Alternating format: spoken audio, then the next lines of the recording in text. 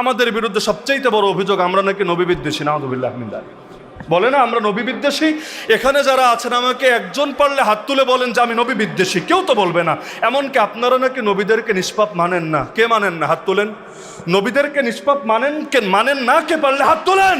তাহলে এই যে সংসদের মতো জায়গায় দাঁড়িয়ে বলা হচ্ছে যে জামাত ইসলাম ইসমতে আম্বিয়া মানে না, মওদুদি ইসমতে আম্বিয়া মানে না। আরে যে ইসমতে আম্বিয়া মানে না সে তো ডাইরেক্ট কাফের। নবীদের নিষ্পাপ যদি না মানে সে তো কাফের। তাহলে কাফের বল, একদিকে বলবি নবী বিদ্বেষী, আরেকদিকে বলবি সাহাবী বিদ্বেষী, আরেকদিকে বলবি না তারাও মুসলমান। আরে বেটা, তোর আগের কথা আর পরের কথাই তো সাংঘর্ষিক। নবী বিদ্বেষী মুসলমান হতে পারে না, সাহাবী বিদ্বেষী মুসলমান হতে পারে না। তো মুসলমান যখন মেনে নিলা, তার মানে তোমরাও বোঝো গালি দেওয়ার জন্যই দেওয়া, এগুলো বাস্তবতার সাথে মিল পাওয়া যাবে না।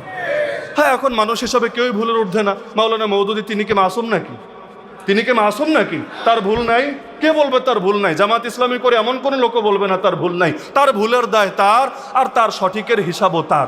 আমাদের জন্য তিনি কোনো আকিদার ইমামও না, মাযহাবের ইমামও না। এজন্য গঠনতন্ত্র খুলেই দেখেন না, লেখা আছে জামাতের কর্মীদের আকিদা কি হবে। আমিও তো ওই রোকন কন্ট্যাক্ট দিতে দিতে কেন্দ্র পর্যন্ত গিয়ে এগুলো মুখস্থ হয়ে গেছে আর কি, যে জামাত ইসলামের আকিদা কি হবে। গঠনতন্ত্রের দ্বিতীয় ধারায় কিন্তু লেখা আছে কোরআন এবং সহিহ হাদিসে বর্ণিত যা সেটাই হবে আমাদের আকিদা। বেশ শেষ, কোরআন এবং সহিহ হাদিসে বর্ণিত যা। এমনকি রোকন হওয়ার 6 শর্তের মধ্যে এক শর্ত হলো এটা। রোকন হওয়ার 6 শর্তের মধ্যে এক শর্ত এটা। এমন কোন দল, এমন কোন সংগঠন, এমন কোন পার্টির সাথে সম্পর্ক রাখতে পারবে না যাদের আকিদা কোরআন এবং সহিহ হাদিসে বর্ণিত আকিদার বিপরীত হবে। এইরকম কারোর সাথে সম্পর্ক রাখলেও রোকন হওয়ার যোগ্যই থাকবে না, নাউযুবিল্লাহ। তাহলে কিভাবে আমরা অন্য কাউরে আকিদার ইমাম বানালাম? আকিদা শিখেছে আল্লাহর থেকে, আকিদা শিখেছে নবীদের থেকে, আকিদা শিখেছে সাহাবীদের সর্বসম্মত মত থেকে, আকিদার কিতাব পড়েছে আকিদাতুত তাহাওয়িয়া, আকিদার কিতাব পড়েছে আল ফিকহুল আকবার। তাহলে আর এত দ্বিমতের জায়গা কোথায়? সুতরাং আমি জাস্ট উদাহরণ দিলাম। এভাবে বলতে চাইলে ঘন্টার পর ঘন্টা পার হবে, আমার উদাহরণ শেষ হবে না। সুতরাং আসেন, শাখাগত যত মারপিট আছে, ইখতিলাফ ছিল আছে থাক, সমস্যা নাই, কিন্তু এগুলো চায়ের টেবিলে বসে সমাধান করি, জাতিকে বিভ্রান্ত না করি। যেই জিনিস পাশে বসে সমাধান করা যায় এটার জন্য সেমিনার করা লাগবে কেন? যেই জিনিস পাশে বসে সমাধান করা যায় এটার জন্য মাইক লাগাতে হবে কেন? সুতরাং আসেন, জাতির বড় দুর্দিন রে ভাই, প্রায় 300 বছর হতে চললো ইসলামের শাসন নেই। কয় বছর? প্রায় 300 বছর। 1757-তে ওই 1204-5 ইসলাম ঢুকলো, আর 1757-তে নবাব সিরাজউদ্দৌলার পতনের মাধ্যমে এই অঞ্চল থেকে চিরতরে ইসলামী শাসন সমাপ্ত হয়ে গেল। এরপর ব্রিটিশ যুগ গেল, পাকিস্তানের যুগ গেল, বাংলাদেশের বয়সও 50+ হয়ে গেল। এখনো পর্যন্ত এক দিনের জন্য, এক মিনিটের জন্য, এক সেকেন্ডের জন্য ইসলাম কায়েম হয় নাই। সুতরাং আসেন, সব দল ভুলে, সব মত ভুলে আমরা আগে ইসলামটাকে প্রতিষ্ঠিত করি। এরপর আপনার সাথে আমার কি ভিন্ন মত, আমার সাথে আপনার কি ভিন্ন মত, সমাধান করা যাবে। মূলে যেহেতু ভিন্ন মত নাই, আসেন আগে মূলটাকে সবাই মিলে আঁকড়ে ধরি। পারবেন তো ইনশাআল্লাহ? আমি আজও বিশ্বাস করি, মনে প্রাণে বিশ্বাস করি, সব আলেমরা যদি মূলের উপর ঐক্যবদ্ধ হয়ে যায় এবং তারা যদি অন্তত আবু তালেব, যে মুসলমান ছিল না, ওই আবু তালেবের মতো বলতে পারে, আরে আমি বেঁচে থাকতে মোহাম্মদের গায়ে টাচও করতে পারবি না, যদি মোহাম্মদের ক্ষতি করতে হয় আমার কবরের উপর পাড়া দিয়ে যেতে হবে, হাত্তা ওয়াসাদা ফি তুরাবি দাফিনা। এটা ছিল আবু তালেবের বাক্য। আরে কোনো হুজুরের মতো না হলেও অন্তত আবু তালেবের মতো হুঙ্কার দেন না যে আমরা যতদিন বেঁচে আছি, যতদিন আমাদের ভেতরে প্রাণ আছে, যতদিন সেই প্রাণে স্পন্দন আছে, যতদিন ধমনীতে রক্ত প্রবাহিত আছে, তোমরা যতই ষড়যন্ত্র করো, যতই চক্রান্ত করো, এই দেশ থেকে ইসলামী বিপ্লবের বীজ তোমরা সরাতে পারবা না।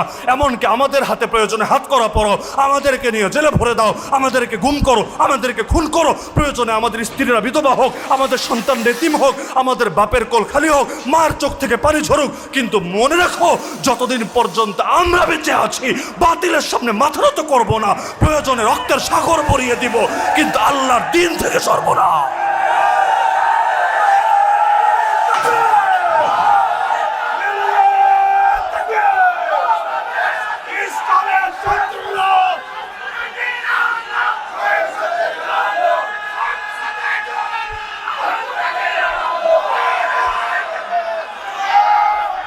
হযরত উলামায়ে কেরামের প্রতি আমার সর্বশেষ বার্তা, আমরা সকলেই তো নবীর উত্তরাধিকারী, তাই না? নবীর উত্তরাধিকারী এটাকে শুধু মর্যাদা হিসাবে নিয়েন না, দায়িত্ব হিসাবেও নেন। নবীর উত্তরাধিকারী খালি মর্যাদা না যে চিনোস আমারে বেড়া আমি তো নবীর উত্তরাধিকারী না, ওই ফজিলত আমাদের মার্কেটিং করা লাগবে না, দায়িত্ব হিসাবে নেন। নবীর দায়িত্ব ছিল যা, আমাদেরও দায়িত্ব হবে তা। নবী যেভাবে দ্বীনের জন্য নিজের রক্ত ঝরিয়েছেন, আমরাও দিনের জন্য নিজের রক্ত ঝরাতে পারবো ইনশাআল্লাহ। জাস্ট আমি আমার মাথায় এটা বসালেই চলবে, প্রত্যেকে এটা বসালেই চলবে, আমার নবীর গালে যদি চর মারা হতে পারে, আমার গাল নবীর গালের চাইতে বেশি দামি না। আমার নবীর দান মোবারক যদি শহীদ হতে পারে, আমার দাঁত নবীর দাঁতের চাইতে বেশি দামি না। আমার নবীর আঙ্গুল কেটে যদি রক্ত ঝরতে পারে, আমার আঙ্গুল নবীর আঙ্গুলের চাইতে বেশি দামি না। আমার নবীর গলায় চাদর পেঁচিয়ে শ্বাসরুদ্ধ করে নামাজের মধ্যে যদি হত্যা করার চেষ্টা হতে পারে, আরে আমার গলা নবীর গলার চাইতে বেশি দামি না। আমার নবী যদি ক্ষুধার জ্বালায় পেটে পাথর বাঁধতে পারে, আরে আমার পেট নবীর পেটের চাইতে বেশি দামি না। আমার নবী যদি 3 বছরের বেশি জেল খাটতে পারে, অবরুদ্ধ থাকতে পারে, আমার জীবনের বছরগুলো নবীর চাইতে বেশি দামি না। আমার নবী যদি নিজের দেশ ত্যাগ করতে বাধ্য হতে পারে, আরে আমার গৃহ, আমার এলাকা, আমার সমাজ, আমার থানা, আমার জেলা কোনোটাই নবীর চাইতে বেশি দামি না। এমনকি এত কিছুর পরও আমার নবী যদি দ্বীনের পথ না ছাড়ে, আমরাও পাপী উম্মত নবীর দেখানো আদর্শ অনুসারে কিছুতেই দ্বীনের পথ ছাড়তে পারি না। তাহলে আমাদের সকলের প্রেরণা হোক এটা, নাহনুল্লাযীনা বায়াউ মুহাম্মাদা আলাল জিহাদি মা বাকিনা আবাদা। আমরা সেই জাতি যারা মুহাম্মদ সাল্লাল্লাহু আলাইহি ওয়াসাল্লামের হাতে হাত রেখে বায়াত করেছি, যতদিন বেঁচে থাকবো জিহাদের পথ ছাড়বো না। তো আমরা তো আর ডাইরেক্ট নবীর হাতে হাত রেখে বায়াতবদ্ধ হতে পারলাম না, কিন্তু আমরা অন্তত নবীর কোন অনুসারীর হাতে হাত রেখে তো বায়াতবদ্ধ হতে পারবো যে ইনশাল্লাহ যতদিন বেঁচে থাকবো দিন কায়েমের পথ আমরা ছাড়বো না। এতে যদি খালেদ বিন ওয়ালিদ হওয়া লাগে তাও হব, যদি বেলালে হাবশি হওয়া লাগে তাও হব, যদি তয়েফের মতো মাইর খাওয়া লাগে তাও আলহামদুলিল্লাহ, আর যদি বদরের মতো কখনো দেওয়া লাগে তাও আলহামদুলিল্লাহ। আমরা যদি বিজয় দেখে যেতে না পারি, সুমাইয়া রাদিয়াল্লাহু আনহার মতো আগেই শহীদ হয়ে যাই তাও আলহামদুলিল্লাহ।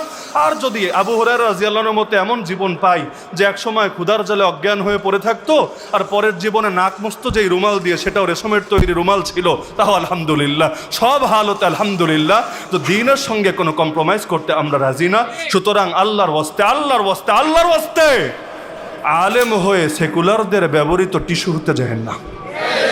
দ্বীনের জন্য কিছু করতে যদি নাও পারেন, অন্তত দ্বীনের বিরোধীদের হাতকে শক্তিশালী করতে যায় না, না হলে আপনারা চলে যাবেন, ইতিহাস লিখবে কিছু মীর জাফর, কিছু মীর সাদেক, তারা যুগে যুগে এভাবেই বিভ্রান্ত করেছিল জাতিকে। একটা ফতোয়া কখনো দ্বীনের বিজয়কে এগিয়ে দিতে পারে, আবার একটা ফতোয়া দ্বীনের বিজয়কে অনেক পিছিয়ে দিতে পারে। সুতরাং আল্লাহর ওয়াস্তে, আল্লাহর ওয়াস্তে দিন কায়েমের কাফেলার সঙ্গী থাকেন। তাও যদি না পারেন অন্তত পথে কাটা বিছায়েন না। তাও তো আল্লাহকে বলতে পারবেন, আল্লাহ আমি দুর্বল, কিছু করতে পারি নাই, কিন্তু ক্ষতি অন্তত করি নাই, তাও আলহামদুলিল্লাহ। তো সুতরাং এটাই আমার আখেরি বার্তা। তো বিদ্যমান প্রেক্ষাপটে, দেশের প্রেক্ষাপট আগের চাইতে অনেকটা ভালো আলহামদুলিল্লাহ, কিন্তু আগামী দিনে কয়দিনেই ভালো থাকবে এটা আল্লাহ ছাড়া কেউ জানে না। আমরাও হর হালতে সব কিছুর জন্য রেডি থাকি আলহামদুলিল্লাহ। সুতরাং আসেন আগামী দিনে চূড়ান্ত লড়াইয়ের জন্য প্রস্তুত হই ইনশাআল্লাহ। আলেমদের নেতৃত্বে এই জাতি চলবে ইনশাআল্লাহ। আল্লাহ সবাইকে তৌফিক দান করুন। যারা কষ্ট করে স্বল্প সময়ের প্রস্তুতিতে আজকের এই আয়োজনকে সার্থক করেছেন, আল্লাহ সবাইকে উত্তম বিনিময় দান করুন। আর এই বগুড়া জেলা উলামা মাশায়েখ পরিষদকে আল্লাহ তাআলা তাদের চূড়ান্ত সফলতা সর্বোচ্চ স্তরে উপনীত হওয়ার তৌফিক দান করুন। আমিন। ওয়া আখিরু দাওয়ানা আনিল হামদুলিল্লাহি রাব্বিল আলামিন।